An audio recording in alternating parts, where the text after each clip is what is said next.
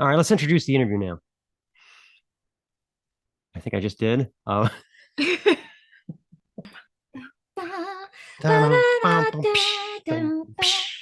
you know what? Instead of espresso, could I get a Bichon freeze? I used to date this girl, and we were at a fitness center, and they had the Rhumba teachers up on the wall. And I said, Zumba. Roomba's a whole different thing. Sorry. Roomba's Zumba the teachers. vacuum. I'll take that again. This is the Snaggletooth Rock and Roll Podcast.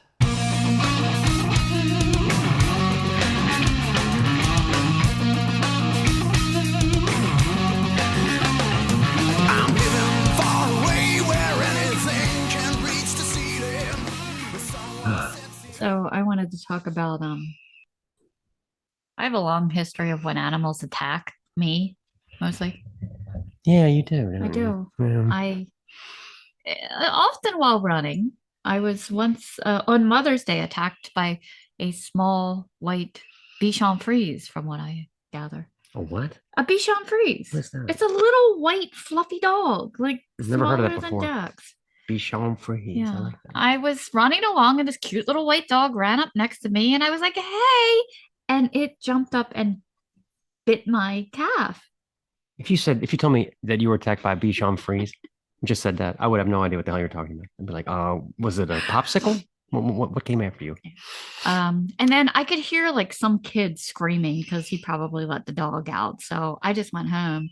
I remember telling my mom and she was like, oh my God, you're gonna have to go find that dog or get rabies shots. I'm like, Mom, clearly it was someone's pet.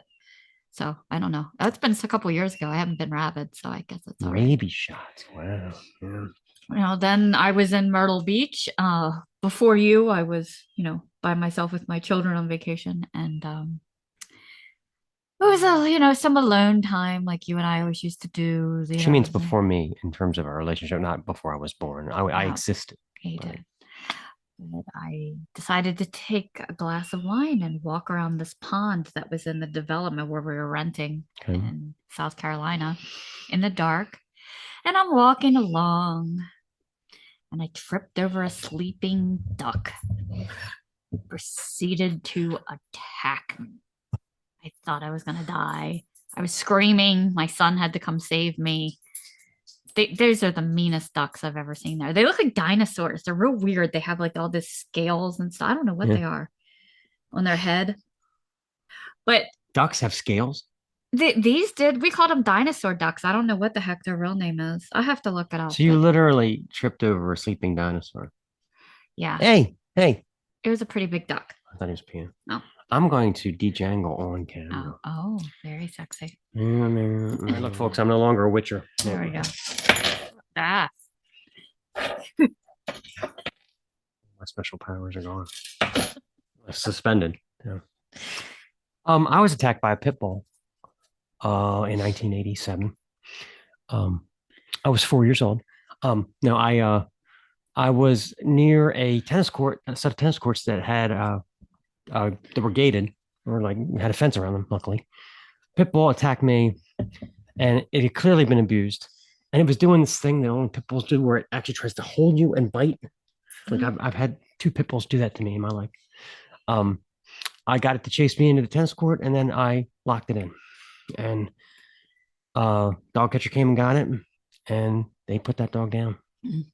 I did not have to get rabies shots. I knew that once it bit me, I was going to have to get rabies shots if I didn't trap it. So that's my only real animals attack. You didn't take it like I did. Oh, well, it's fine. I mean, he broke the skin, but I don't know. It was a Bichon Frise. There it is again. A Bichon Frise. You throw that out there like everyone knows what that is. I have no idea what the fuck that means. Yeah. A Bichon Frise. It's actually in one of the Shreks. It sounds like a Dunkin' Donuts drink or a coffee drink. Oh, you know what? Instead of espresso, could I get a Bichon Frise? Feeling saucy today. Can I get a Bichon Frise on a stick? And they bring over the dog. With some whipped cream. They bring you the dog. So on the other show last week. That's what they look like. Oh my God. Yeah. That attacked me. I'd rather have the coffee drink. Okay. So on the Decay show last week, we did a thing on the big four of breakfast cereal mascots. If you haven't checked it out, please head over to the other show and check it out. It's awesome. I'm not going to tell you who wins. You're going to have to just go through the motions. We also pretty much It was hard. categorize just about every breakfast cereal mascot that's ever existed. So that's sitting over there. But one of the phrases that we found ourselves using during that show was part of a nutritious breakfast, which got me thinking about that's a phrase you don't really hear anymore, you know? And so Stace and I put together a list of some of the phrases that we don't hear anymore that we thought we'd like to discuss. Like when you they used to have commercials and it would say now available at these fine stores and the store names would just pop up. And it was always like they weren't fine. They Caldor. weren't fine. It was like Caldor and Kmart. Kmart. These fine stores. Yeah. So Now it's like if you squint, they're fine. now available. Find it online. Yeah. Yeah. All right. So here's the first one. I have that number in my Rolodex. Oh my god. Remember the Rolodex? We had a family Rolodex and my mom kept it. And every card was just like dog-eared and destroyed and yellowed and just, you know. I had It was this so it was like germ magnet, the fucking Rolodex. You know? I had this horrible job where I was the assistant to the vice president of sales. Mhm. I was probably like my late 30s. And one of the things he had me do was take apart his Rolodex, which was basically business cards that Yeah. were taped onto this Rolodex. Right. And I had to scan them in to this computer program that would pull out all the information. Oh, but that was fun. Ugh, it was like watching paint dry. Yeah. And did you have the Rolodex that was like a wheel? Mhm. Oh, we had the one that was like the tray that The closed. tray. And what we started doing was we started instead when I at my job, I got lazy. I didn't feel like writing them out. So I started just sticking the business cards in, you know, I, J, K, you know. And then it was basically just nothing but business cards. So then I just started alphabetizing the business cards and just completely got rid of the Rolodex. She's up. Better shows ever. Kung Fu Panda 3, please.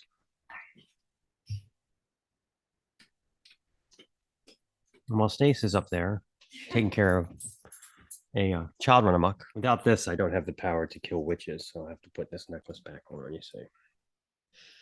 I usually wear two. I wear this for my witching powers. And then I also have this half skull that I wear with it. And they tend to, this is the sound that you hear. They clink together. Thanks to Ron West for pointing that out, that I was being sonically jarring. So much dejangling. That's when you know you get your life partner. Get your true soulmate, someone that will jangle and dejangle you without any questions asked. I can't He's done. believe you told them I dejangle you on the show. You were talking about animals attack. I've attacked her twice today already. So. Anyway, all right. So the Rolodex. You know, Lush attacked me once. Really? I don't know what his deal was. I was gone quite a bit because I was back when I was Lucius working our the ginger. jobs. Watch the trailer if you don't know who it is. Go ahead. And I was watching something on my phone, something dumb like some kid dancing to Elvis. I don't know. And he didn't like it. He turned around and bit the shit out of my hand. I mean, literally, I had puncture marks Wow. in the meat of Well, my hand. here's a tip for the audience. If you live in Hartford County, which I did, my stepson he was messing around with a lacrosse stick and my dog bit him. We took him to the hospital. Don't do that, because as soon as we took him to the hospital and they knew we had a dog, I started getting Oh. annual dog license renewals from the county. So it's like $10 a month. You have to pay to have a license to have a dog. So if you get bit by a dog, visit your doctor in Mexico or someone underground, because the hospitals, the first thing they do is tell on you. So All right. And it's so weird to me that you don't have to have a license to have a child, but you have a license to have a But it's just- dog. it was my theory, and again, we don't get political on the show, but most things that require a permit of some kind is just, to me, the county or the state or the U.S. government going, oh, we want a piece of money for that. We want licensing equals pay me. Yeah. So you're officially condoned because you paid me the fee. Where's your fishing license, Yeah, sir? it's just a Do you have a it's an fishing license excuse to check get a those fee. crappies? Yes, even driver's license. Now, of course, driver's licenses they're a very good idea, and we talked in the last show about how my ex let hers expire for 2 years. That was so great. And then she had to go back, retake all the tests. Anyway, we're getting off track here. All right, number 2, phrase you don't hear anymore: be kind, rewind. Phrase you don't hear very much anymore. Not at all. I mean, God, VHS used to rule the land. I hated when they had just the cases up at Blockbuster, Yeah. and you had to hope there was a case with something in it behind it because it might just be the empty one Yeah. left. Oh, so Yeah, so disheartening. when in the early 80s, when VHS kind of came out, and of course we were just enamored this could actually tape our own shows. We could watch movies on demand. This is really the first time that ever came into existence, was through the VHS cassette. There were a lot of little video rental stores that popped up, and then slowly, one by one, Blockbuster ran them all out of business, and it was soon Blockbuster was the only place to go. So when Netflix killed Blockbuster, it was great because Blockbuster sucked. I mean, they would have something out and say it was a new release, and it had been out for like 8 months. They would have or even years. They would nail you with fees. The Be Kind Rewind, you had to pay a fee of like $1 if you didn't rewind it. Yeah, and they would take away all the artwork and replace it with their generic Blockbuster white label. Just, I don't know. So Blockbuster was it was a rite of passage, I guess, from the late 90s, early 2000s, or 90s and 2000s. Maybe when they were starting. I remember when video stores first started out where you could go rent them. The place we went, I shit you not, was like an old gas station or something that the guy had a trailer on, and you went in and he had shelves on the wall, and the process was, if you saw a movie on the shelf you wanted, you had to write down the number and they'll get in line and ask him if he had it.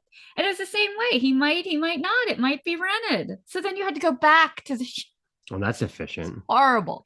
So and then the kids and I belonged to Hollywood Video for a long time. They were kind of a I remember that competitor. Right, there was a little video store. Again, these were shady establishments that I used to go to, and in the back where they had the porn, which I spent more time back there, of course.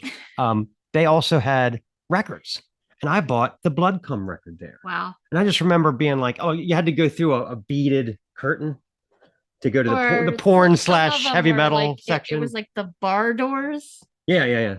This was beads, but same thing. It's the don't let the children come back here because there's Blood Cum records back here. The why they were there was because they had the porn, so Blockbuster couldn't compete, so you could get regular movies and porn and records. But what people forget about Netflix is it was actually a mail DVD rental, right? But they never charged you. Everything went through the mail, right?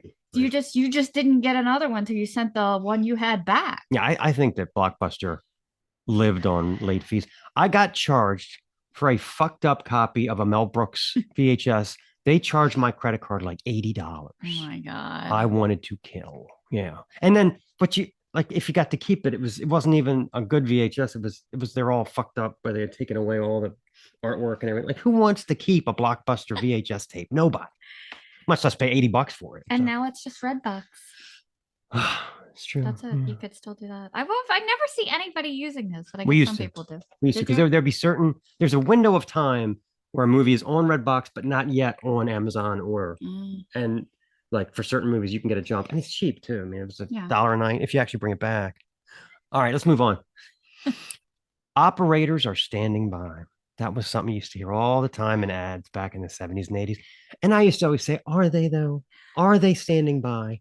Are they like sitting there reorganizing their paper clips, waiting for you to call? Do you know what I did? I don't know if you know that I did this. I used to volunteer for Maryland Public Television when they had their telephone drives. I don't know that. I did.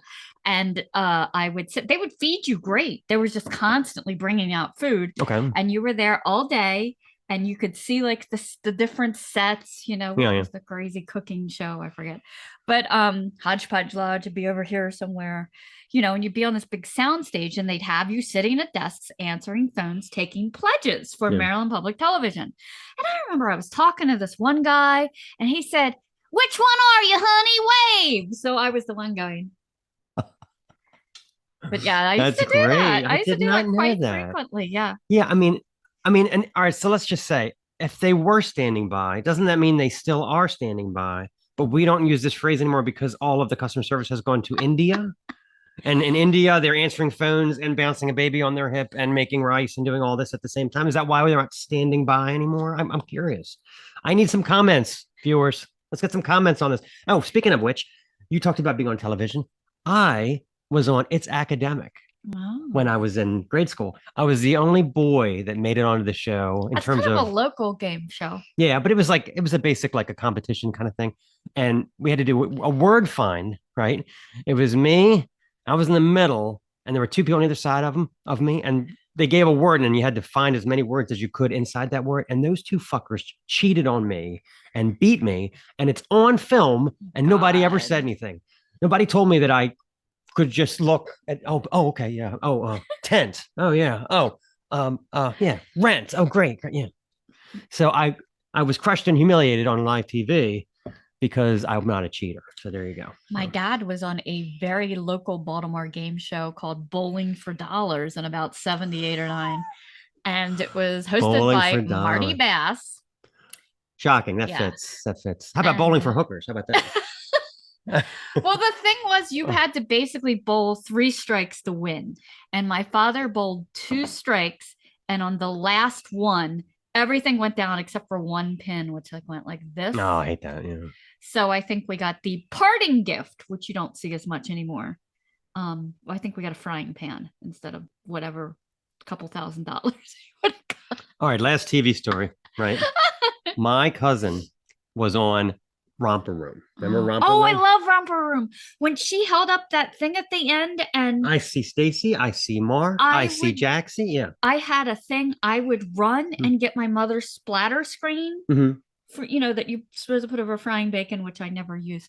But I used to hold that up. I had to run and hold that up. So cute.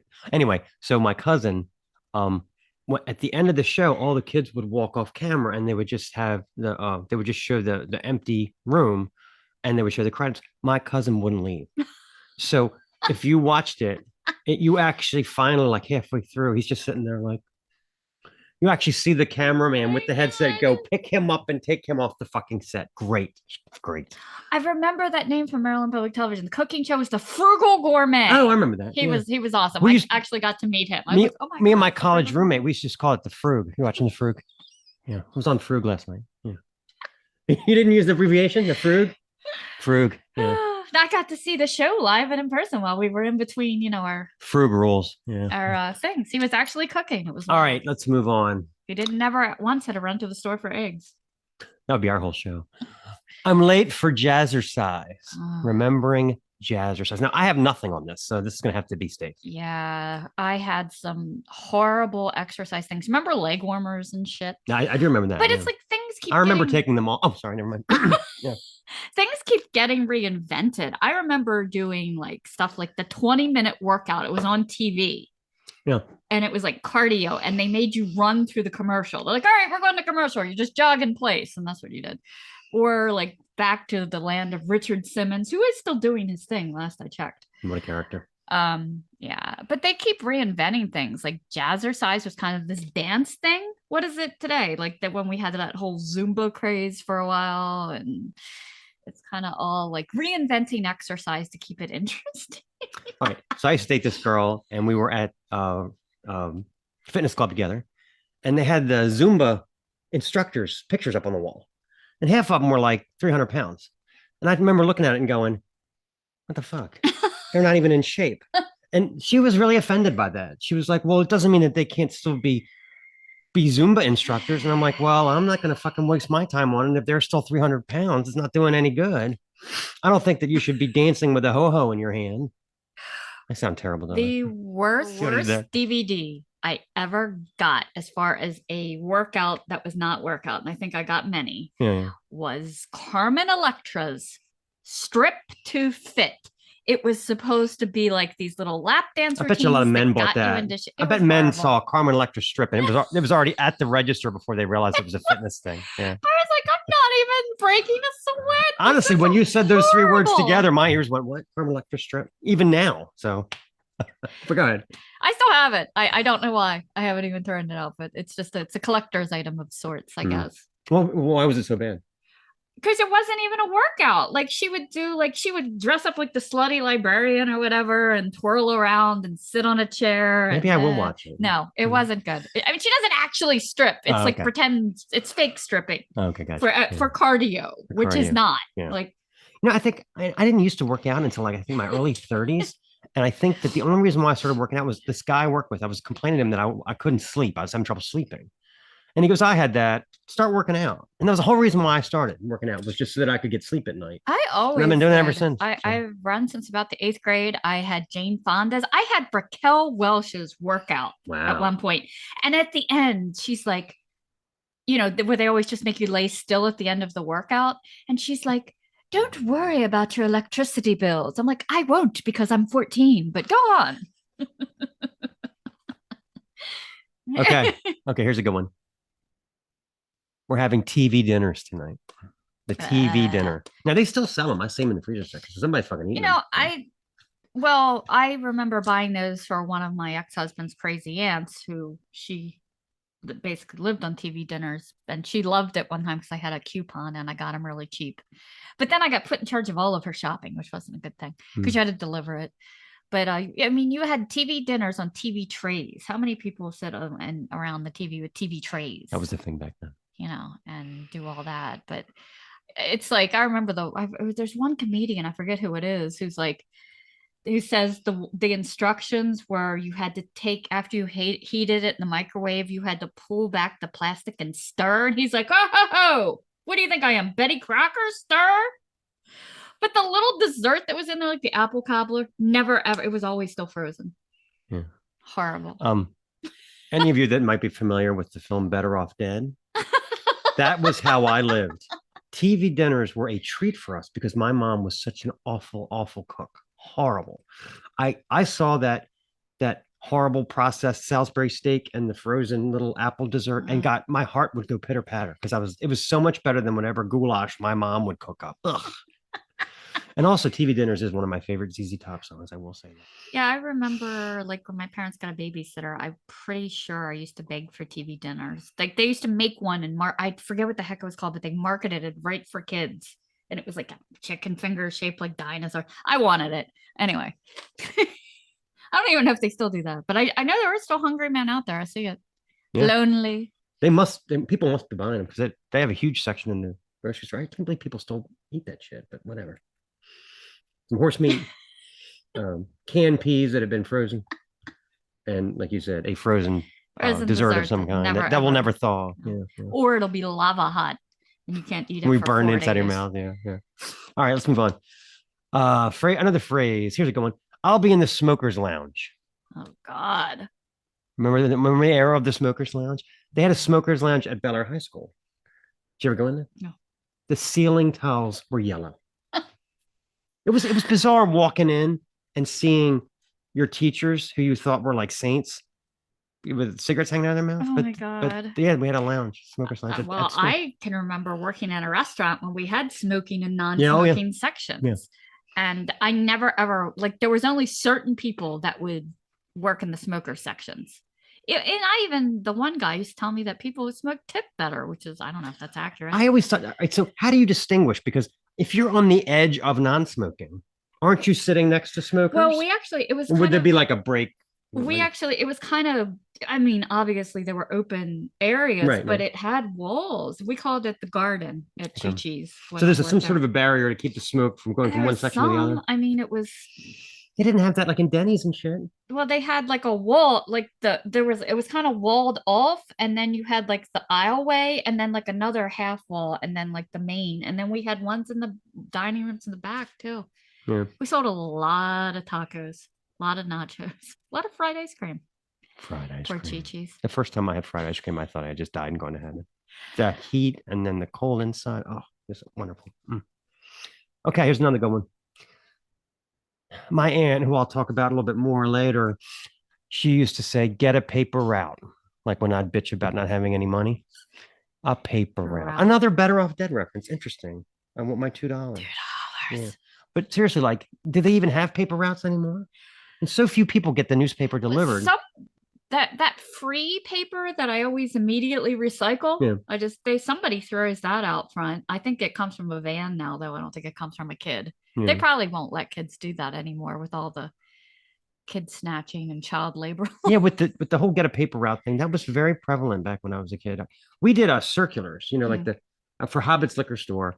They'd give us a whole bunch of printouts, and we would watch music videos and fold them and put them in the little sleeves, and then we'd go out and we got paid by how many we hung on the doors. Like, so yeah, for like if I hung like 300 circulars on people's doors, I'd get like $7 or something like that, and I'd use it to go buy records. So yeah. Paper route. We did that. What's the equivalent of that now, you think? I don't know. I mean, when I was young, the money was in babysitting. If you were like 14, 15, you went and got a babysitting job and paid somebody to watch kids that were slightly younger than you. Well, you could do paper route if you had a bike. That was the key. You had to have a bike. Yeah, to do it. Have a bike. Well, what is there something like what's that now? What's the go-to easy job for kids? I mean, things have changed a lot. Most companies don't want to hire you as a young kid. I mean, not until you're like 16 at least. That seems to be the magic age. But probably, I mean, I worked a snowball stand. I remember that. I guess fast food's it. Right? I don't even know if they'll hire someone real super young.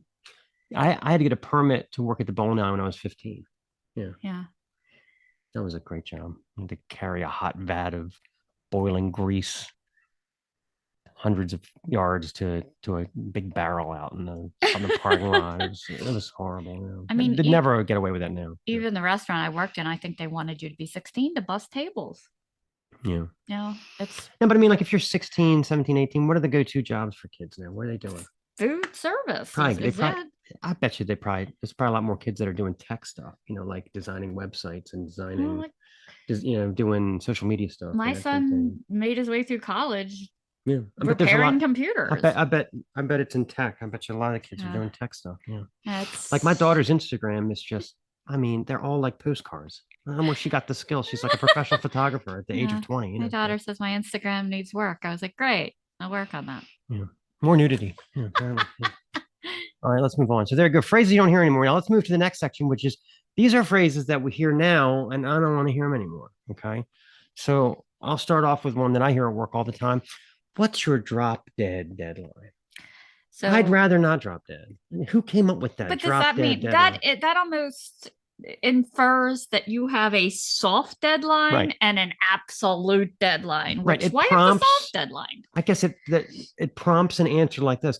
Well, I'd like to have it by Tuesday so I can look over it, but the presentation's due Friday. And then, all right, it's not like it's due Friday. So it's like, yeah, fuck you. I want your final deadline, not your bullshit deadline. I mean, drop dead deadline. Who comes up with these things, It's either a deadline or it's not. Hence the name deadline. All right, I'll let you take the next one because I feel a diatribe coming on the next one. Yeah. When you ask them how they are, how are you today? Like you're supposed to in customer service, and they say, I'm beyond blessed. Or I'm not stressed, I'm blessed. I immediately think, I thought you were a normal person. Yeah. I put you in that category. Hashtag blessed, hashtag lunatic. There you go. Yeah. Oh my God. It actually, in general, and this is an apt concept, I think. Have you ever noticed when they really want to make the villain super evil in TV and movies, they make him start quoting the Bible? Think about it. Think about the Cape Fear when he's like, the righteous will prosper. Revelation 7:12. I mean, that says it all, folks. If you start quoting the Bible, people are going to automatically think that you're a fucking serial killer. Yeah. It's like, wow. All right, then. Yeah. You start busting out the Beatitudes, and I'll tell you what, man, people will clear the room, I've had people do that on their answering machine messages, which is also something very antiquated, but there are older people that still have answering machines. Oh, yeah. And this one lady was reading Psalms on hers. And then I called the next lady, we're confirming appointments. And she's like, I'm not here. So why don't you just read War and Peace? I was like, wow. Apparently you're not going to be home for a while. Okay. Yeah. You're talking about answering machines. I encourage anyone who has a fetish for outdated technology Go watch the old Columbos. Oh It's my so God. great. There's two things about that show that make it the best. Mm. One is how the rich used to live back in the 70s, because he only takes cases for like the super rich in Beverly Well, Hills. I would too. And it's just the lounging in lace and stuff. That's it. And the other thing is the technology, because again, these are rich people. So you get to see people that have like a camcorder the size of Cleveland and a copier, God, a camcorder. photocopier that's an entire room, and an answering machine. There's an episode of Columbo. There's an answering machine where like literally there's like a fake finger that comes down and pushes the button. Like that was the technology. And everything has wood finish. Cars, stereos, Yeah, everything has a why fake Why wood. was that a thing? I kind of like the fake wood on a record player. I don't I- like it on a not a Volkswagen, a station wagon. I have a classic Oh, wow. dual German-made record player. Doesn't work, and I took it to the guy up the road that says he can fix anything, and he goes, "Oh, we don't do duals." And I was like, "Fuck you, yeah, that's great." And he went out of business too. So I like to think I was part of why. So yeah, wood finish on Columbia. Anyway, how did we get on this? So let's move on to the next one. Distressed clothing. This sort of ties into the conversation that we had recently, where I was describing someone who asked me if I had any vintage concert T-shirts. This whole idea of distressed clothing. I mean, they're doing things to clothes that we were trying to avoid for most of our life. Like when I was growing up, if I split my pants or I got a tear in the knee, that was a bad thing. We threw the fucking pants out. You I know. remember even Rebecca Louise, who's our favorite workout chick, but Yes. no endorsement here. I'm but sure she likes did. being called workout chick. But She's worked hard for that title. Yeah. she always has on like a different outfit. Remember the ones that was like Slashy. slashy yoga Yeah, pants? yeah. And she said, as my dad would say, I've been ripped off. So somewhere in what Central America or in China or Vietnam, there's some sweatshop where these poor women are like Ripping the ripping the clothes, pants or rubbing them or sanding them down so that they look getting like bleach stains. distressing. you know? Someone just bought pants with fake paint stains on them. That's real paint. Nothing fake about it. I ain't washing off. That's real paint. So, and you know they look sexy. They do. Okay, let's move on. Here's a good one. Why don't you take K? Yeah. All right. Just saying. Yeah, that phrase. Does anything nice ever come after the phrase just saying? Does anyone ever go, just saying, she looks really swell today? No. Just saying is like, I'm going to say something horribly racist now. And somehow it's okay. Like it's the get Or out of saying something shitty free phrase. it comes Yeah. at the end. Like you go off on this whole tangent, Right. the tribe, and at the end of it, if you say just saying, it somehow negates the fact that you just said a whole bunch of horrible She stuff. looks like a fucking you're just eggplant. saying. She looks like a fucking eggplant in that purple blouse. Just saying. Oh, all right. That wasn't mean what you just said. I clear it out because you said just saying. That's the southern equivalent is bless her heart. Yeah, a lady I work with is from Kentucky, and she was telling me that, yeah, you don't want people saying bless your heart about you. That means that you're like a little cray cray or you're a little slow or, yeah. Bless your heart sounds nice, but it ain't. Or there's something wrong with you, period. Yeah. Oh, bless his heart. Yeah. Mhm. He got paint on his pants. Bless his heart. This was on purpose. Oh, forget it. Anyway, just saying, right? All right, how about this one? I like this one. This is my jam. In your Song jelly comes on. roll. No, we're not that. Oh. Song comes on, and you're like, this is my jam. I find myself guilty of saying it once in a while. You know, I have many jams, as you know, on the Rock and Roll Podcast. but, I think my term is this is my latest obsession, because I get I'm going to play part of my jam right now. So here it is. To the metal we go.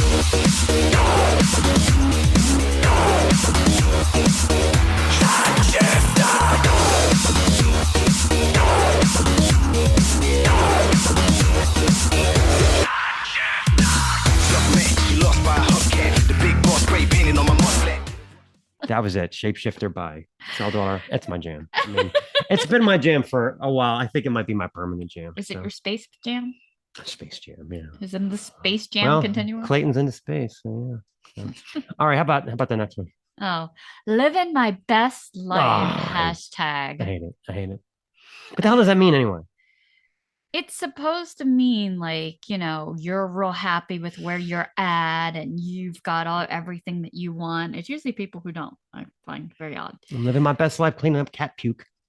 Usually this is attached to the picture where it's just legs and some body of water.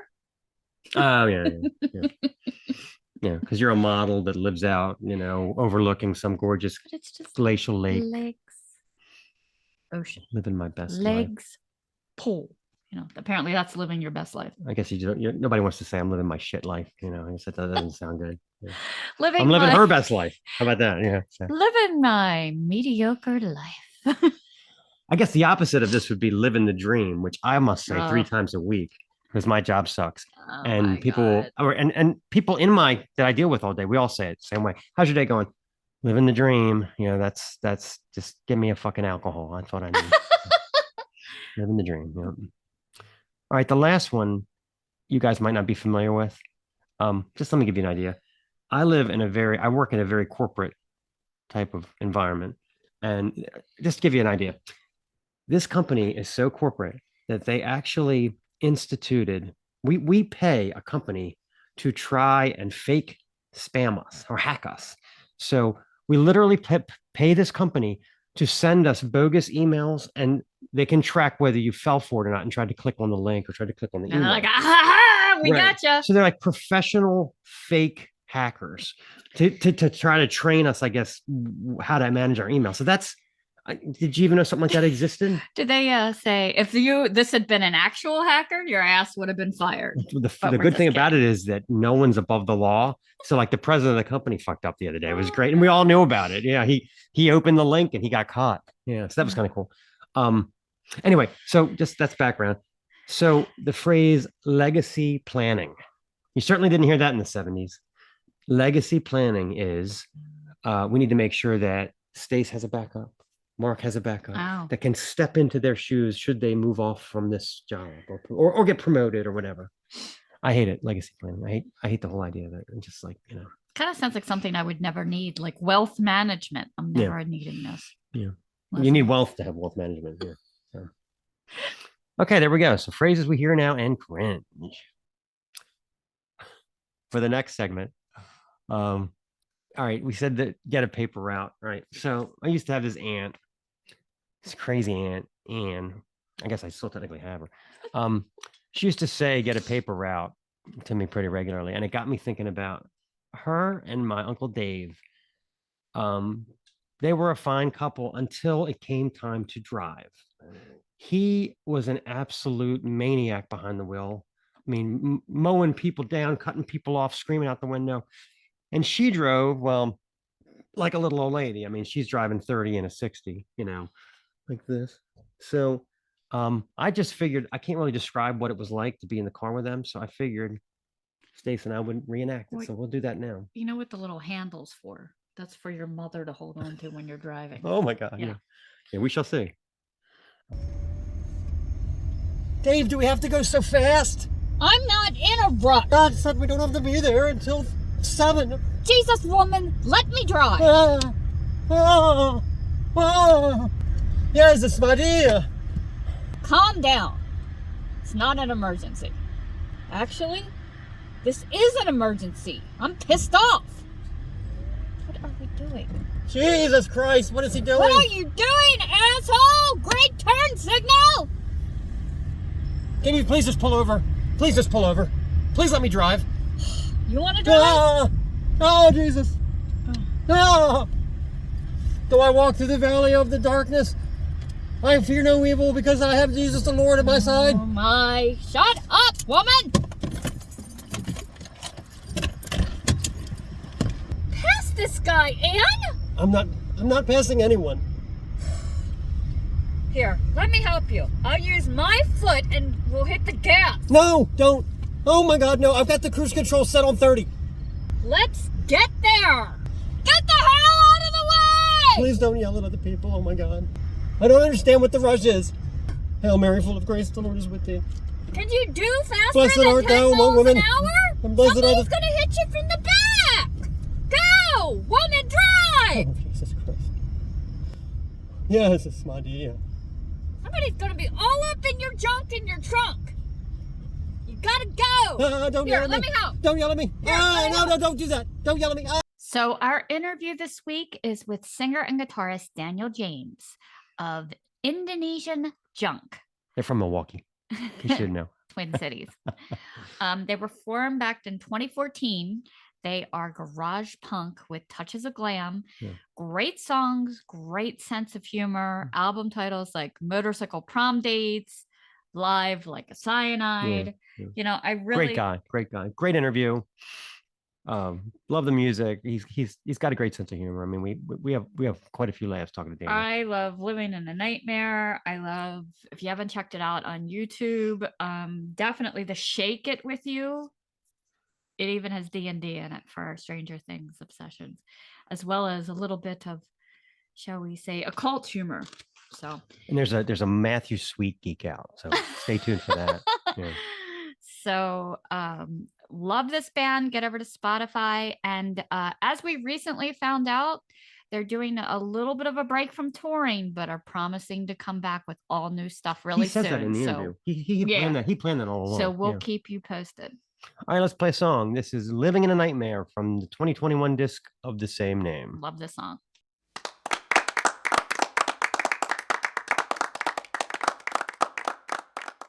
Just wanted to once again remind you folks that season 2, we are on a different platform. So if you're listening to this now thinking, I missed the music, go to Spotify and find our season 2 Spotify season, and you'll be able to hear And it. I would just like to say quite a bit of the reason we did this is so using Anchor, the artist gets credit for the clicks. Right. So it helps them. It But frees us up too. We can pretty much attach any song we want for you guys. So that's why we did it. So I know it's kind of a pain in the ass that we moved from one Spotify account to another, but we needed to do it. So look for us on Spotify. Put in Snaggletooth season 2, and you'll be able to listen to both me and Stace and the music. as well as our YouTube. Well, YouTube is just so you can see how sexy we Yes, are. yes. But so no music on YouTube. You gotta go to the Anchor Spotify. let's not get for into that. it. That's why it's such a pain in the ass. But We yeah, would like to talk about our Patreon page, which we just kicked off a couple weeks ago.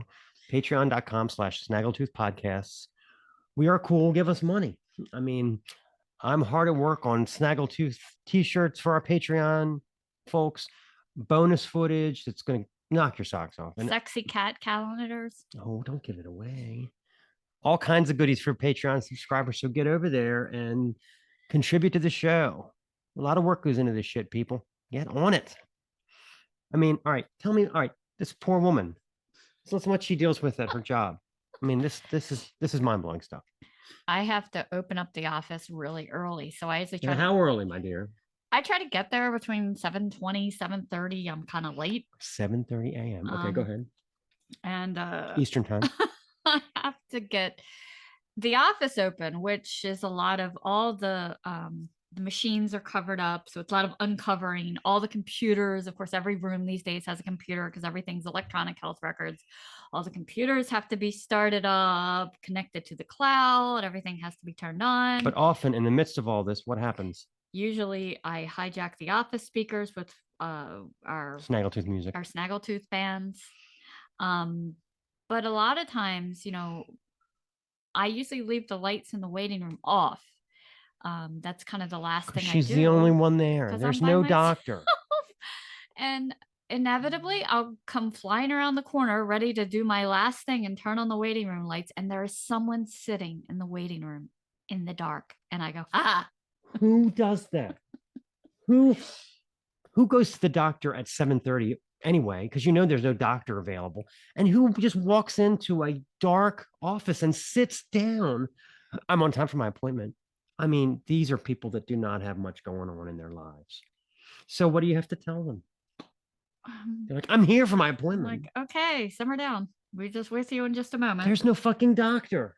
Anyway, sorry. I seem more upset about this than she is, but just because she's gotten used to it. Anyway, so send us some Patreon money. We need to give this woman a break from these crazy people, please. And we also had to recently re-update all our equipment. So the better equipment we get, the better show that you get. That's right. Also want to plug our Instagram pages, Snaggletooth RNR. for the rock show, and then of course Snaggletooth Decay for the extreme show. I'm posting reviews there. I'm posting my ass off, people. Let's get some hate mail going. Come on. All right. Oh, listen to that. I think it's time for collectorbation. So what vinyl goodies do I have for you guys this week?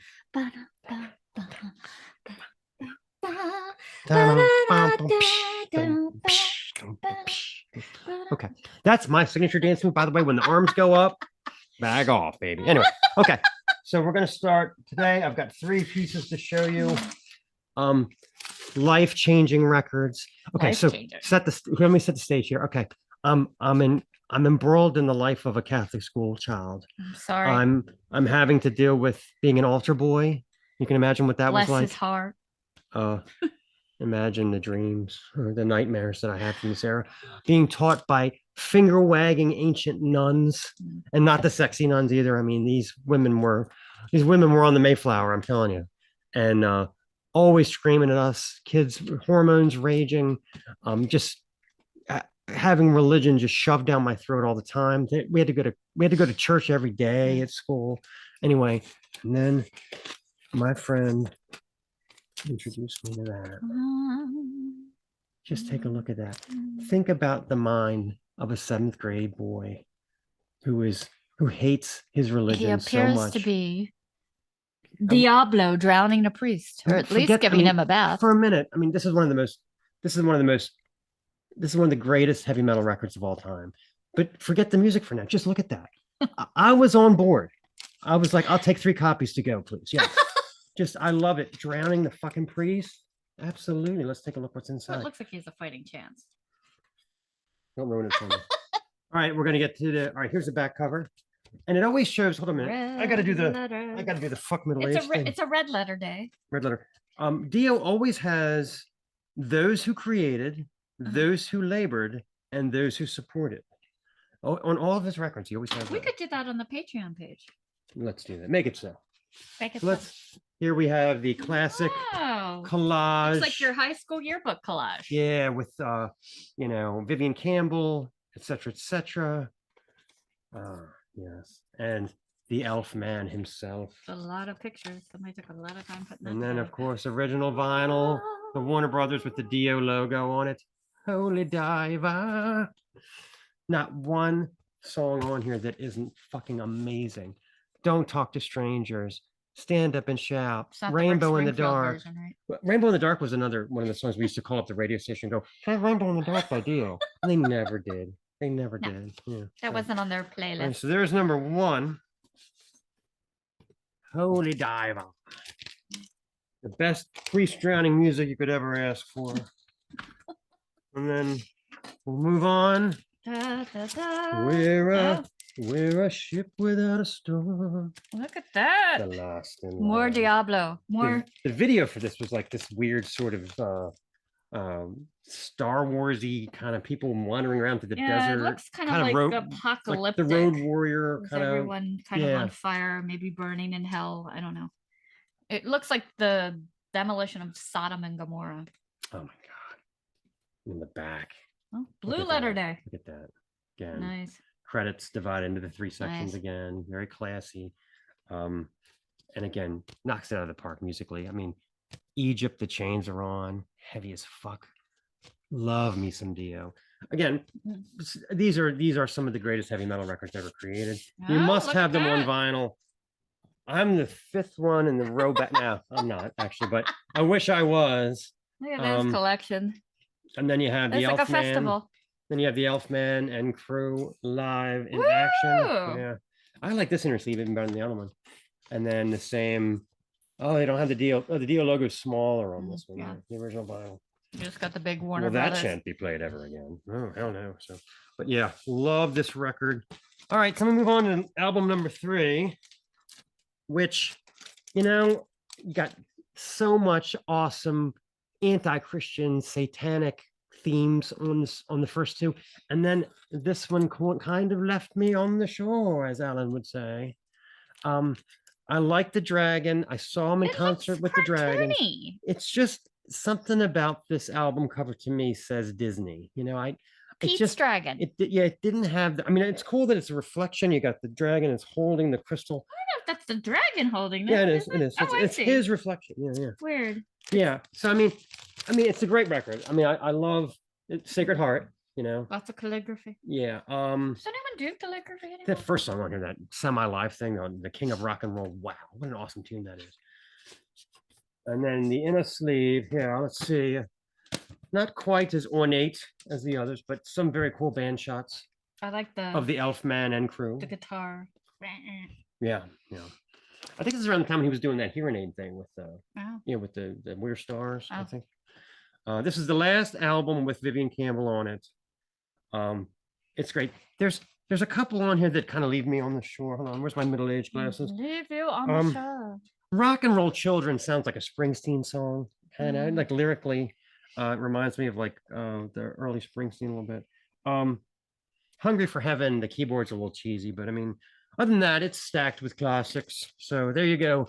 Collectorbation, Dio. Dun, dun, dun, dun. Long live the Elfman. Actually, seriously though, talking about Dio, I remember when he died. I wrote a thing and for the website, and people were telling me that I brought tears to their eyes when I wrote about Dio, because like Dio, the way he was, that being short and so into the medieval imagery and stuff like that, and the way he was in Sabbath and lyrically, he really represented. I mean, the last in line was how we felt. I mean, just he was the voice of. We felt like we were the geeks. We were not the cool people in school. We were the dirt bags in the back of the class, the back of the school bus. We were the last in line. And I felt like Dio really understood what it meant to be that lyrically. He lived it. He was the real deal. Dio never pulled any punches in interviews. If he thought you were an asshole, he would say you were an asshole. There's stuff online with Dio. He talks about what a fucking crock of shit American Idol is, about how he had to start from scratch and get in bands and deal with lineup changes and fight with club owners. And this is this bullshit of getting an online entourage or a TV entourage just flies in the face of what rock and roll really is. Very, very interesting. There's a series of videos where he goes through the Rainbow catalog. He's drunk as a skunk. It is great. It's like 2 hours long. He basically the guy's holding up CDs and he's going, yeah, that album's a crock of shit. Yeah, there's a whole bunch of studio overdubs on that one. I hate that one. Yeah, he's just Dio. He didn't bullshit. So long live Ronnie James Dio. I don't know if you've noticed. I'm sure you have. If you've been to the grocery store, everything is more expensive. It seems like meat especially has gone through the roof. Produce is another close second. I used to be able to get out of the grocery store around $100. Now it seems like it's like $160. It's been horrible, but there is a way to avoid the grocery store. And also from our sponsor, Imperfect Products, you order your food through them, which is perfect for us because mostly there's just the two of us. So there might be, smaller packaging options. But I got almost all my meat from Imperfect last week because I could get us 2 steaks for $10. I got just a few chicken legs for $3.99. We don't eat a lot, so it's and there's no point in buying 42 wings when you're only going to eat 6. They have great chips, which we also love. They have great chocolate snacks, and you're also kind of helping those upcycled ingredients because it's broken candy bars. Do you really care if it's broken pieces of candy bar or not? Otherwise, these products would just go to waste. You can get eggs, bacon. I love their cheese. They have some great products. What are some of your favorites? Snacky snack mixy mix. I don't even know how to describe it. It's so good. I'll put a picture of it up. And what's this chips that we like? The cheddar. Oh, horseradish cheddar chips. Horseradish cheddar so chips good. are really good. Stuff that I can't find that in the grocery store. Like horseradish chips. I mean, we have a fetish for horseradish. So if you'd like, you should, to avoid the grocery store and the higher prices. If it's over $60, which ours was just, it ships right to your door, free. They pack ice with it, so you don't have to worry if you're not home. It's They really have a well lovely little packaged. app you can use on your phone when it's your shopping. It'll also tell you how much food I've saved. Since I've been with Imperfect, I've saved 109 pounds of food. over 19,000 gallons of water and 1,126 CO2 units. So you're also saving the world as well as saving your wallet. So Once in a while, you'll get bonus radishes. if you want to get over to Imperfect, click our link. It'll save you $20 off your first order. All right, very good. Speaking of the grocery store, the other day, remember we had to go to CVS the other day, and I was getting chips and stuff, some snacks or whatever. And it became apparent to me that the self-checkout is just plain mean. Hello. Please select your language. Place your item in the bagging area. You didn't select your language. Swahili. Endelea kukananga. I mean English. Kapadalisha kwa kingalera. English. We are offering 15% off adult diapers today. What? Would you like to scan some? No, I don't need adult diapers. Please note, this machine does not offer cashback. If you need cashback, please hit the I don't call need attendant cashback. button now. Is this your first time using self-checkout? What?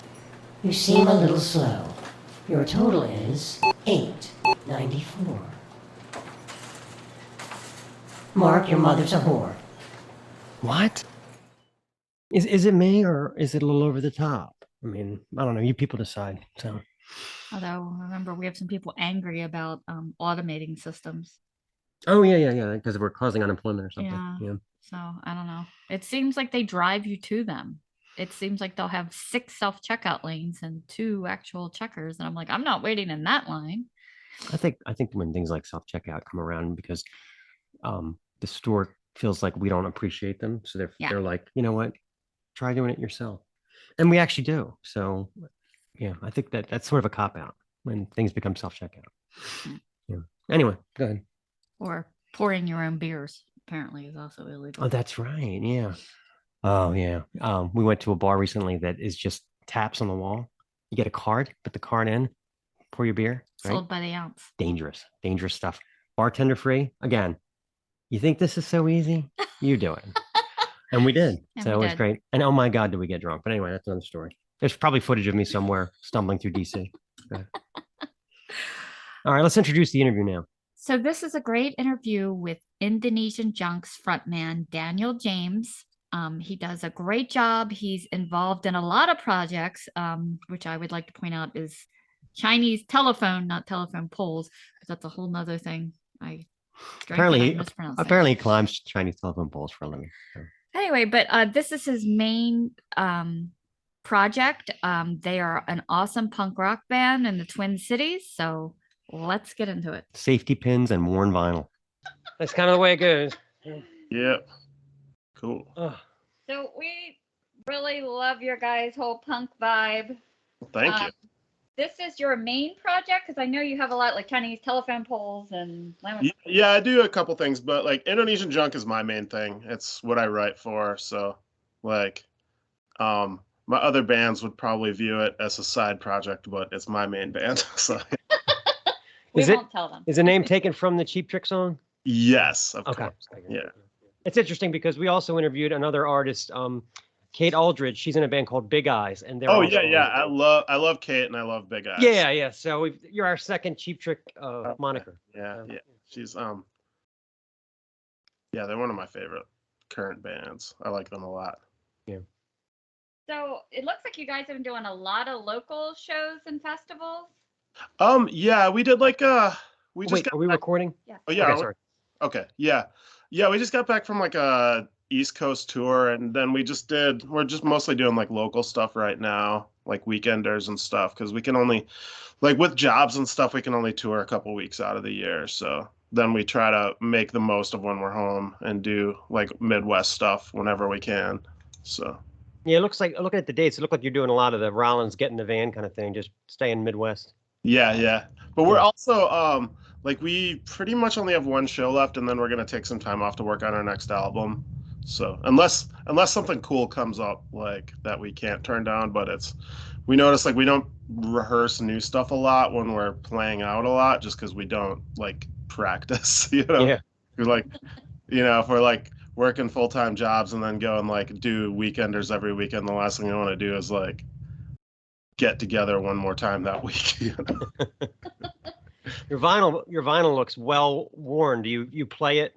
I mean, or do you keep it? Yeah. That's my collection. It's and I've lived with cats through the years, so they I understand that. they like to fuck up the spine. So yeah, Okay, yeah. if I ever get in a position where I need to sell my record collection, I'm not going to get anything for it. But I mean, I play the hell out of it. So it's, you know, I'm not. There's not kind of the looking two schools. My vinyl is more like it shan't be played ever type of thing. You know, that's kind of how I am with mine. And I used to I don't DJ much anymore, but I used to DJ a lot. And then like when I do that, I'd bring like a stack of records. And then by the end of the night, I'd be pretty drunk too. And just like throwing stuff like in the wrong sleeves and everything. So yeah, when I go through my vinyl, it's like when you get to stuff like the Kiss Ace Frehley solo album, it's got like fucking beer spilled all over it and shit. Yeah. And I'm like, this record has seen a good time. Yeah. You know, this is not part of the archive. yeah. I've seen like people refer to like collections like mine as well-partied collections. Yeah. I'm going to do a whole episode on, I stole this from my girlfriend in the 9th grade. I stole this from a dude that pissed me off, you know, so coming soon, you know. So. Yeah, but he still remembers everything that was stolen by someone else. Shalene still has that, you know. Like, Yeah. This was 84. Oh, that was, because what happened is my idiot friend would let girlfriends borrow vinyl and then they'd break up. And I'd be like, you got to fucking get that Ramones record back. I used to. Yeah. I don't anymore, but I used to have like shady roommates. So I would like anything that I own like in the 90s says like stolen from Daniel James right on. Which I like picked that up from the record store or the radio station I used to DJ at had like stolen from 90 FM written on all like huge letters on everything. So I was like, yeah, I'm just gonna write stolen from Daniel James and then we're going through Facebook friends. I still have some Facebook friends that are from grade school. And once in a while, I'll like mention to her, I'll say, see that guy, Jason? He taught me how to steal 8-tracks. Yeah. He taught me how to get in the sleeves and get them out. Yeah. That was a valuable skill. I'm too young for 8-tracks. Every other format. So I was like going through some of your stuff because I love it. I love Living in a Nightmare. Was that kind of pandemic inspired? Yeah, well, that was all written. The whole thing was written like March to June of 2020. So it was definitely like not as much pandemic inspired because I was still early enough in the pandemic where I, you know, kind of remembered what it was like before then. but I mean, definitely like, yeah, the name especially because while we're like working on it, we're just like, that was the theme is like, man, it's like we're living in a nightmare right now, you know, so, but. Yeah, I love that. When you're living in the suburbs, it's easy not to care. Love Yeah. Yeah. Yeah. And then like you have like some other stuff that's like charged, like, you know, it's angry, like policemen. I love the 1321. Yeah. The boys in blue. I love that little poetic license. But I think that's like the essence of punk. You're a little angry somewhere. Yeah. In a lot of it. But what do you think the biggest influences were on you guys? On like musically or just in general? I don't know. I mean, I listen to so much stuff. Like, I hear some Dolls in there. Yeah, definitely the Dolls. And then it seems like we get compared to the Dolls a lot, which I'll take. I think we might be popular than that. Like, I mean, I set out when the band started to do like a power pop band, but that was also almost 10 years ago now. And I feel, it's like punk, glam, power pop. And then, I mean, also, I listen to like country and jazz and all that shit. I listen to hip hop, but that doesn't make it. Well, maybe the country probably makes it in, but yeah. Do you get the urge to put on a dress and yell about Frankenstein? Like, yeah. Like the Dolls. I had there was a song that didn't make the cut for Living in a Nightmare about Frankenstein. So that's cool. Yeah.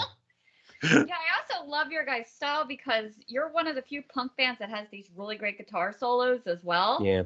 Yeah, thank you. Yeah. Solos are not unpunk. I love punk songs with guitar solos. I mean, I mean, it's weird. I feel like when I first started playing punk, it was like accessible to me. Like I was like, oh, I can't play guitar, so this is good, you know. But then But then I got good at guitar and I just kept playing it. I was like, I don't know, I'm not gonna not play a solo. Yeah, I mean, some of the the guitar solo in Blank Generation. Yeah. Richard Oh yeah, I Hell. love That the is. guitar players and the Voidoids. Like, Oh those my guys God, are it's a so fucking amazing guitar good. solo. Yeah. The way he mangles it, I can't do it. I mean, I Yeah, I can't It's play. all attitude and just him. Yeah, I love that. Yeah. I feel like And those, Matthew Sweet came out and he had Robert Quine and Richard Lloyd in the same band. oh damn, I didn't know that. Those Yeah, guys, yeah. yeah. The album Girlfriend and all his early '90s stuff has the two of them. Really? Wow. Yeah. I had no idea. I kind of like missed that Matthew Sweet when I was younger because I was like tuned to metal and stuff and Yeah. punk. I know what you Like mean. just kind of got it, like started getting into him in recent years. And like, yeah, I didn't realize those guys played on his records. Yeah, Like, Quine and Lloyd. It's awesome. yeah, that's awesome. Yeah. I was really enjoying your guys' videos, especially Shake It Up. I wish I get with you. Yeah. Oh my gosh, it's like Dungeons and Dragons, and then the devil jumps out, and it's awesome. Why did you have to do a disclaimer for the devil thing? Oh, because we just stole the disclaimer from Thriller. Like it was, yeah, we actually like, yeah, we're not trying to be like, we don't believe in the cult. We like thought people would catch it, but it's like, it's the same disclaimer that's at the beginning of Thriller. We just changed Michael Jackson to Indonesian Junk. Yeah. Gotcha. Yeah, it's just an homage to all the dumb stuff that we love.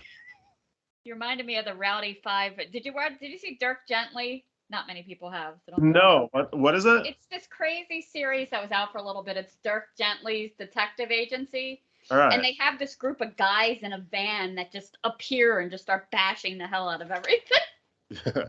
Yeah, the main impetus behind that video, I was trying to do, have you ever seen the Quiet Riot video for Party All Night? Yeah. It was going to be like that, but like satanic. But then all the extras we had lined up that day bailed because it ended up being like the hottest day in the year. And we like built that set in a garage, and so there was no party, but it was going to be like this thing where like, there's going to be like this portal from hell that all these like party demons were crawling out of and stuff. That's cool. So I love you kind of standing on top of the sofa playing guitar. I'm like, that is so awesome. Yeah, we used to have to stay up till like 11 o'clock till Friday night videos came on to see the Quiet Riot video. I mean, we had 3 channels, and that was the only music video opportunity we had. Yeah. We lived in the suburbs. It took forever for them to like run cable television back. So Oh, yeah. I wasn't allowed to stay up that late. So you just had to record it and watch it the next morning and just act like you had MTV. Yeah. Did you guys, I was coming, I noticed it's like a big tour. It's called Punk in Drublic. And they do this big tour. In fact, they're coming to Baltimore October 1st. We were going to go. Yeah. Do you think you guys would ever do that? I'm not familiar. Is that like a No Effects thing? Yeah, it's No Effects. Okay. I mean, we're always down for stuff like that. Like, yeah. But yeah, we're down for anything. Yeah. Because I was like reading their itinerary. They're just like in British Columbia, California. Then they back over here in Maryland, up in New Jersey. I was like, holy. Yeah, really long distances. Yeah. Yeah. I mean, yeah, we try to tour as much as we can get away with. So it was like, we really want to go hit up the West Coast soon. We're trying to do that before the pandemic happened, and then the pandemic happened. And so then when that was done, we're like, well, we got to go east again because it's been 2 years now.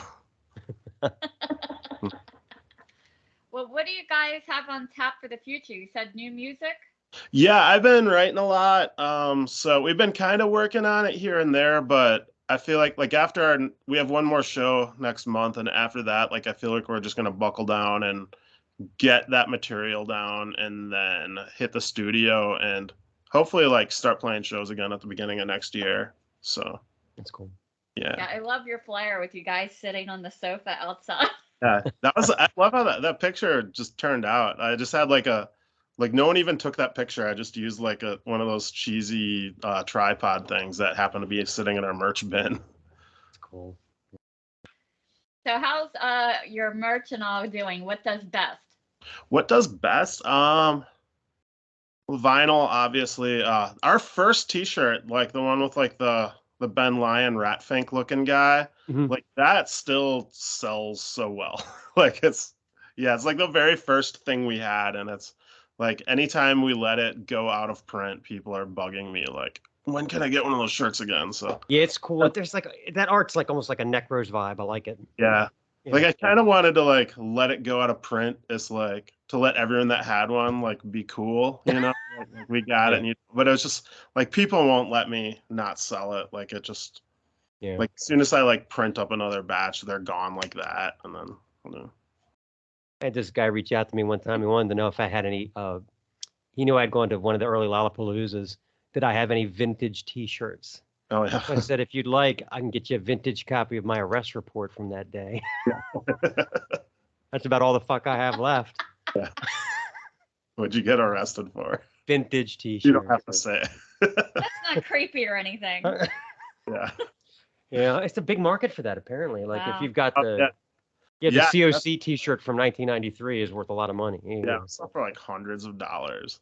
Yeah, it's crazy. Crazy. Yeah. We were looking at like different like splits that were just priced through the roof because they're so limited. Yeah. Yeah. That was a game we played. Yeah. I was interviewing this guy and I said, all right, it was like 3 or 4 choices. I was like, tell me which split is the most, costs the most. And I forget which one was. It was like Napalm Death or something. It was like $150 for a fucking 7-inch, Yeah, that's crazy. Yeah, crazy. Yeah. How often do you guys do your live streaming? Well, we only really did one. That was, I kind of want to do another one, especially because like we've been playing with our new guitar player for a while and want to do something with him. But yeah, the one we did just kind of had like the radio station. We did it through a radio station here, and that like they set it up. So like, because we don't really have good means to like do a good live stream on our own. But and I did like during the pandemic, I did like occasional acoustic stuff with just me. But yeah, like so far we've only done like one live stream, but I really would like to do more because it's fun and it gives people that don't get a chance to see us like a chance to see, or people that like, I don't know, like people that don't like to go to shows. There's a lot of people that don't. I love it, but it's not for everyone. But people still want to like just sit in the living room and watch a band play. So the drink prices are much cheaper in my living room. Yeah. You don't have to tip. Hey, Milwaukee related question. Have you been to the Milwaukee Airport recently? The airport? Last year was the last time to the airport. I used to go all the time. Is that fucking used bookstore still there? Do you know? In the airport? In the airport. For years it was there. I used to go a lot, like 2014 through 2017. Sounds familiar. I think it might still be there. I can't remember. Like, I know what you're talking about. I can't remember if it was still there. I think it was still there though. Like, yeah, I it's always floored me. I've never been to another airport that has a used bookstore, and I can't imagine how they can pay the extortive rent of an airport. Yeah. And there's never anybody in there. So I mean, I just was curious. Yeah. The guy playing piano, and I loved the Milwaukee Airport whenever I used to have to go through there. Yeah, it was so much better than fucking ORD or Yeah, I feel like we like fly out of Chicago a lot more just because it's cheaper a lot of times. Yeah. But so like I've probably only actually been in the Milwaukee Airport like 5 to 10 times in my life. Yeah. I used to have to go there a lot. So. Anyway, what else All you got? right, so it's we're time for gonna the play game. a little game. Play a game. All right. So I'm going to ask you 5 random questions, but you're going to pick the questions. I have them numbered from 1 to 57. So pick 5 numbers in no particular order. 157. 39. All right, we'll start with number 39. What is your opinion of the Rock and Roll Hall of Fame?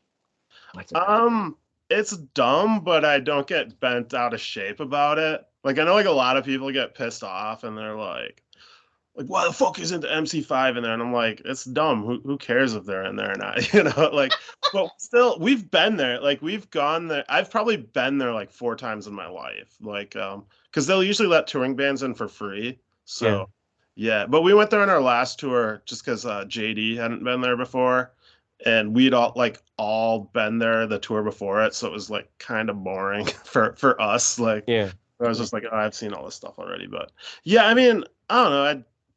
It's what it is. I'm not offended by it, but I don't think it's cool either. But at the same time, they'll sometimes get like old cool bands to reunite and stuff too. So like It's all right. As flawed as it is, It's all right. I kind of like the way the Chicago drummer that's been drumming for 25 years. He's not allowed in. They got to go dig up the guy that's passed out on the couch that hasn't played for. I mean, the potential for fistfights is so great. You'd never have that like at the Grammys or anything. Yeah. I didn't know that fucker was going to be here. You know. I don't know. We got slapping going on at the.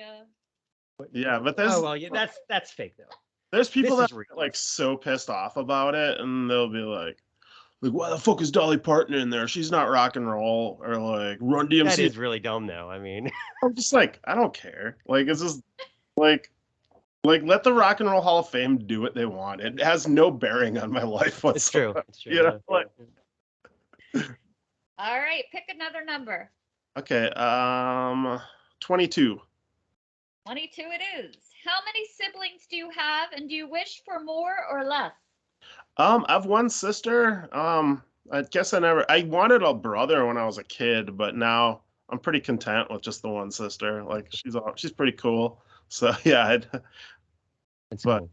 yeah. I used Presents at to Christmas really want a time. brother when I was a kid. I don't even know why. I think all my friends had little brothers, and I wanted to be like them. I guess I don't know. Mark has 2 little brothers. Like he might tell you a different story. I mean, my sister's pretty cool. So, and I know a lot of people don't like their siblings. So, like, I have a really good relationship with the one that I do have. So, yeah, I like that. You know, I don't want to mess with the formula. Yeah, my brothers they have a rough time because I'm the really good looking one, and they have to deal with that. So I feel bad for them. Oh, those boxing gloves. All right, pick another number. 18. 18 it is. What bands are you embarrassed to admit liking? Oh man, I don't.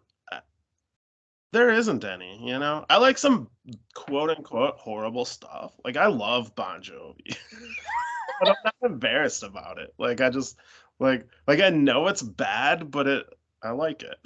And I'm not. I don't know. Like I don't really have guilty pleasures. I guess Like I own a Kelly Clarkson record. I sometimes play it when I DJ because it pisses people off. They'll like throw ice at me and shit. That's great. But I agree. No guilty pleasures at all. Yes, but I mean, again, like there's definitely like I listen to bad music, like what a lot of people would consider bad, and like I'm just not ashamed about it. Like it's not a guilty pleasure. It's just a pleasure that is sometimes frowned upon. Yeah, my biggest problem with Bon Jovi is sports related. I always thought it was hypocritical that he's friends with Bill Belichick and he's Mr. fucking New Jersey. I mean, talk about sleeping with the enemy. Yeah. Other than that, I don't care. But from a football perspective, I always thought he was kind of an ass. So. I do remember when I was a kid, the second Super Bowl I ever saw, which would be 21, I think. Like I rooted for the Giants solely because John Bon Jovi was rooting for him. Like I didn't know anything about sports. Because it was like I feel like as the second Super Bowl I saw, it was probably the second football game I ever saw. Like still young enough, and I just knew that like Bon Jovi liked the Giants, so I like the Giants. Have you ever seen that? Interesting Have strategy. you ever seen that footage of Brett Favre when he's in the Super Bowl and all he cares about is that he sees John Candy? And he's like, "That's John Candy." No. And they're all like, "Dude, let's get our head in the game." And he's like, "He's right there." It's hysterical. Brett Favre is weird. Yeah. Yeah, I'm from Wisconsin, I know. Wisconsin, yeah. So. All right, you got 2 more questions on the hot seat. I need another number. All right, 13. I should have picked that one because 13. What is the worst job you ever had? worst job I ever had. Well, I don't know if I'd normally say this because I just got laid off. So I was captioning phone calls for the hearing impaired for 12 years, and then wow, I liked it. So I mean, I stuck it out, but they just replaced me by with a robot. So now I just like hate them more than anything. So did you ever tell people, like, ever somebody like have you say something that you didn't want to say to the other person? So you're like, oh yeah. It's, I mean, I can't get too into it because like privacy laws and stuff, but I had to caption like a lot of racist assholes a lot and stuff like that, or like traumatic stuff. Like I mean, anything that's ever been said on the phone, I've had to caption. So wow, yeah, that does suck. Wow. I mean, I also stuck it out for like yeah, for a long time. So I mean, I'm trying to think of like what I would hate more. Like that, yeah, it's gonna be it right now. As of right now, I can't think of anything that I hate more than that job. But I got I a new always job. feel bad for the Yeah. men's room attendants Yeah. because like they always put them in the worst hole in the wall concerts, and you finish pissing and you turn around and you're like fuck because you don't want to, you don't have any money, and I feel bad for the guy. And I think, I don't know. they have to buy all their own stuff. Yeah, Like, cause I used to know a couple people in Denver that did that, and they would like, they had to buy everything. They would sometimes like have to pay, like it's all like independent contractor, like they would pay to use the bathroom. So it's like, but apparently they would make money doing it. So, but like it seems like, yeah, it seems like hard work, like a losing Thankless. game, but people do it. So yeah, but this is what I would say to women. I say this is what animals men are. We have to have this so that we Yeah. don't piss all over the floor. You know. no kidding. All right, last number. Okay, I haven't done any high numbers yet, except for that 39. But it's through 57. Is that the last 57 one? is the last one. Oh Can no, you fold we'll do a fitted 57. sheet? What was that? Can you fold a fitted sheet? Not very well. I can't at all. Yeah. I just got to ball it up. yeah, I've I never like- understood that. yeah, I try, but yeah, I would say I can, but anyone that saw it when I'm done with it would say that I can't. There's YouTube videos on how to do it. Apparently, yeah. You could be bothered. You just roll it into a ball until you need it, right? Yeah, I mean at least like fold it, but yeah. Not just shove it in there.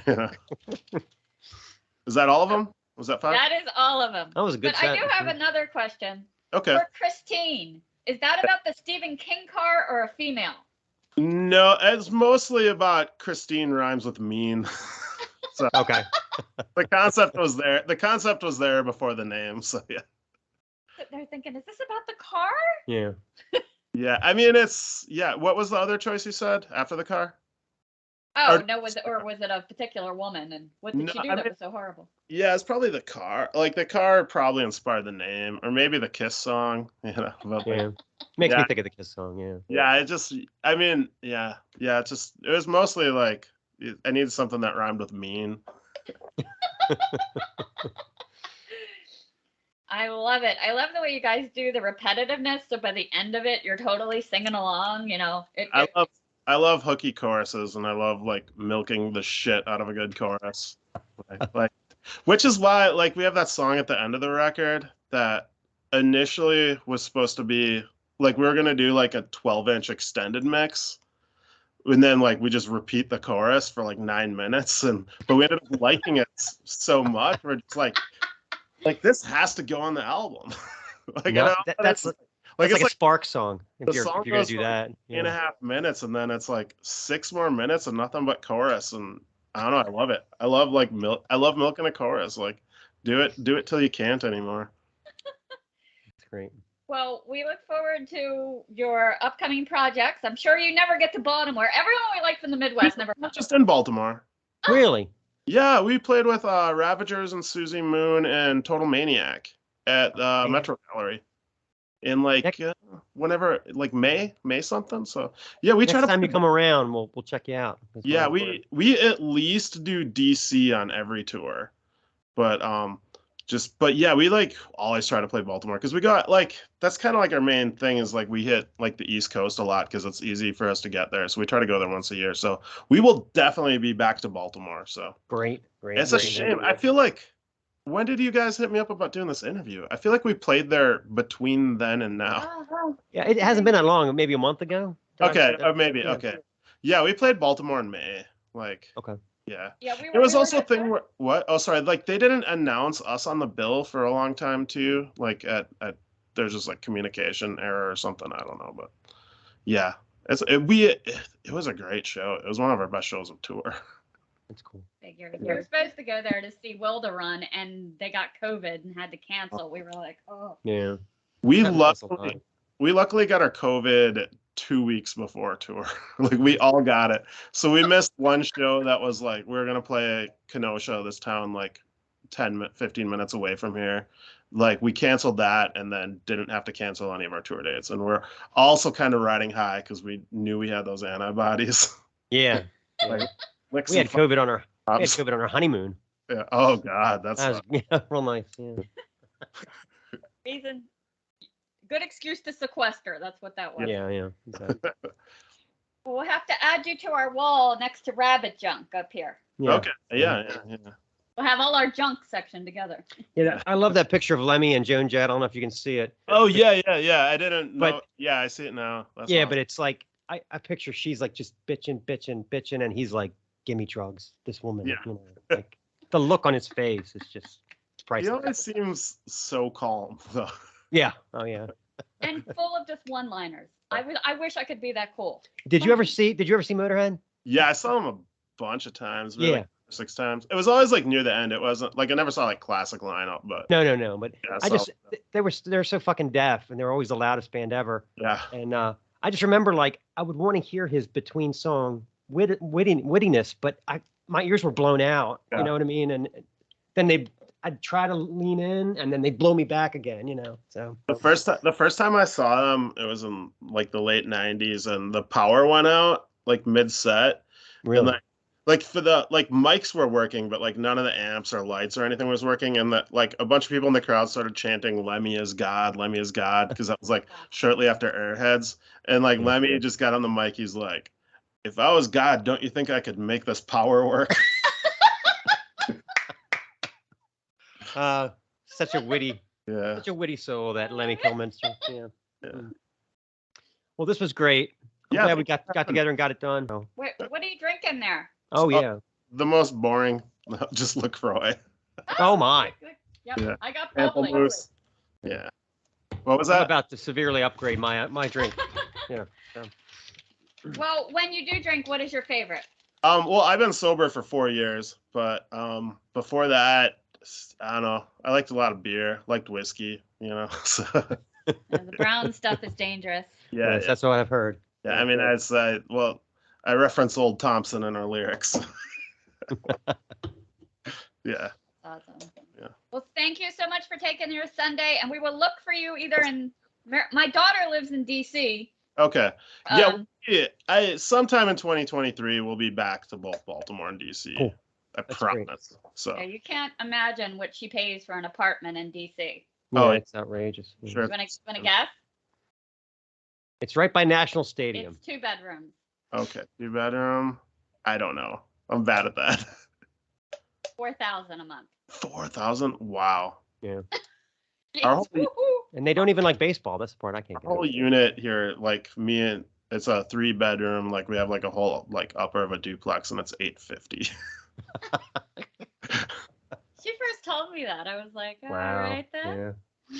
Interesting. All righty, sir. We'll let you go. Thanks so much for the interview. We will Yeah, talk to you soon. Okay, Thank cool. you. Thank you so All much. right, take it We'll easy. do it again. All right, bye. Falling on deaf ears. Okay, Deaf Ears time. We got 3 great bands on tap for you guys this week. The first band is called Sweat. They're LA-based, 3-piece, although there's 4 guys in the video, which is kind of weird. Maybe. They've been around since 2019. This is their first full-length record called Gotta Give It Up. The singer's name is Tuna, which is interesting. Tuna Tardugo, I believe is I'm saying it right. Yes. She's an actress and a wrestler as well as a singer. So she's probably like the women that I see at the gym where I can barely lift the barbell, and then they grab 2 of them and just throw them off to the side when I'm done. Yes. And I feel very demasculated, you know. This band is like punk rock with absolutely no dilution. Think Wipers. I think there's some metal in there too. Yeah, there's definitely, I almost feel a little AC/DC with some punks thrown in there. See, I automatically go to like Sacrilege UK. I had such a crush on Tam Simpson. Oh, good God, don't get me started. Anyway, I like the guitarist, Justin Smith. He's not afraid to throw in some little fast Eddieisms, Yeah. you know, solos. Punk needs solos. you know. And the lyrics are that kind of gut punching, angry. Action, reaction, Yeah. reciprocation. I just can't enough. Yeah. Fuck. Definitely some anger and sadness going on there, sprinkled in with some great guitar riffs. Check out the way the riff and the tempo changes completely like halfway through the song. Again, Sacrilege UK, after the bomb, shit like that. I mean, I'm telling you, this is the real deal. Yeah, they have a definite unique heaviness to them. Oh yeah, yeah. There's metal in there. So, all right, song's called "Hit and Run." Here it is.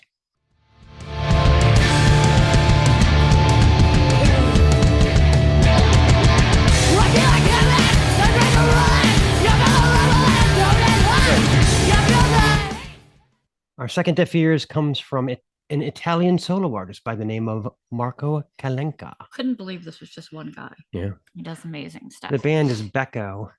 And shockingly, they're on Clayton's Fixed label. So I have kind of a mental, somehow the tractor beam of Fixed grabs onto my corroded synapses on a regular basis. I just love everything on that label. It's kind of like a mix of like EDM and industrial and rock. It's definitely a blended project. Yeah. Like Blue Stolly and Saldor and Rabbit Junk and And he also does a version of Running Up That Hill, which is apparently what you do these days. What is it with the obsession with Kate Bush? Her voice is like a squeaky toy, people. Come on. And he even does a song called The Upside Down, which is a nod to Stranger Things. Yes, of course. So, yeah. he's great. Definitely multi-genre, but he's got I like the some artwork. rough edges. I like the anime artwork. It's pretty cool. He's a little hard to find on Instagram because if you put in Becco Band, it doesn't come up. You have to put in Becco Music and you can find him. Good tip. Okay. Yeah. So we're going to hear Darkest Days from, this is another solid full debut album. You Are Not Alone is the name of the record. And again, we're going to hear Darkest Days. A little hip hop in there too. Just a little sprinkle. Just a pinch.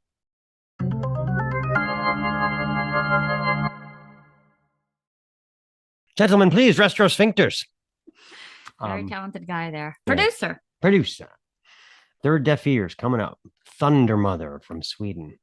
Sounds like a wrestler. Yes, it does. However, this is not a WFF event. This is a female four-piece from Sweden. Formed back in 2010. They kind of went through a complete lineup change, but their mainstay is Filippa Nasil. I'm hoping I'm saying that right. But it's kind of her brainchild. They completely redid the lineup for the last two records. They're now currently touring in the US, opening up for the Scorpions, which is a good gig to get. 4 records under their belt, and they're in the US. Could there be an interview in the works? Who knows? Yeah, kind of an AC/DC Motorhead vibe. I hear definitely up our alley. This song that we're going to play is called Hot Mess, and it's so honest, and the lyrics are so vulnerable.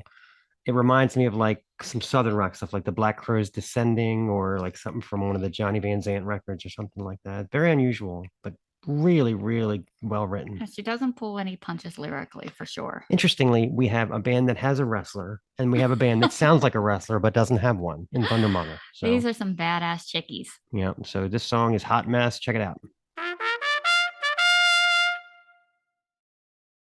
All right. Well, my goodness, did we cover a lot in the show? Yeah. We covered zombie squirrels. You got to see a couple pretty funny videos of one of me being abused at the self-checkout counter, and the other of Stace with a mustache. Some roller decks. We talked about many retro things. We talked about wood finish. And why it shouldn't be on station metal. wagons. We talked about why I can't get my old record player repaired. Talked about some crazy relatives too. What seems to we did. flow through it. Yeah, we did. Yeah. I like it is an emergency. I'm pissed off. I like that. Yeah. That's good logic there, Uncle Dave. Yeah. And also, as usual, pointed to some great music. Get over there. Get over to Spotify. Get over to Bandcamp. Get yourself some Indonesian Junk. Get yourself some Thunder Mother. Get yourself some Becco, and definitely get yourself some sweat. Our second junk band, and our second Cheap Trick related moniker band. What could be in store for us in the future? Who knows? So this has been the Snaggletooth Rock and Roll Podcast. Indonesian Junk appears courtesy of Daniel James. Snaggletooth theme courtesy of the one and only Jens Kemgren of the Firebombs. Deaf Ears theme courtesy of Tim Green of the Fucking Champs. All content 2022, the Snaggletooth Rock and Roll Podcast. This is the Snaggletooth Rock and Roll Podcast.